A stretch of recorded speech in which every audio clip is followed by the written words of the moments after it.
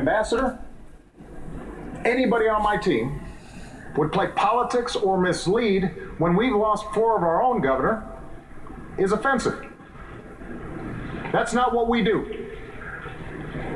That's not what I do as president.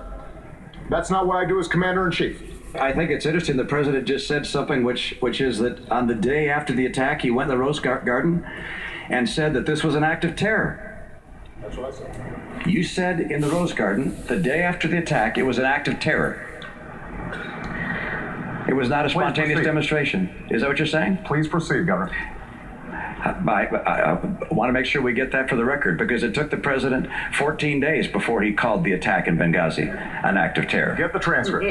He did, in fact, sir. So let me call it an act of terror. Can you say that a little louder, Candy? He did call it an act of terror. A little louder, Candy.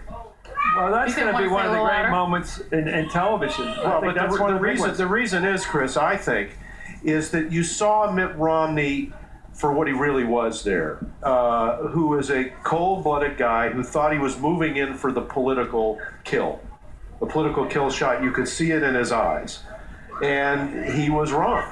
The president did say acts of terror. He said acts of terror. That's the fact. That's the fact here that both Candy Crawley and Obama were right there. Here's what the president said at that Rose Garden event the day after the attack in Benghazi. Let's take a listen. No acts of terror will ever shake the resolve of this great nation, alter that character, or eclipse the light of the values that we stand for. Today we mourn for more Americans who represent the very best of the United States of America. We will not waver in our commitment to see that justice is done for this terrible act, and make no mistake, justice will be done.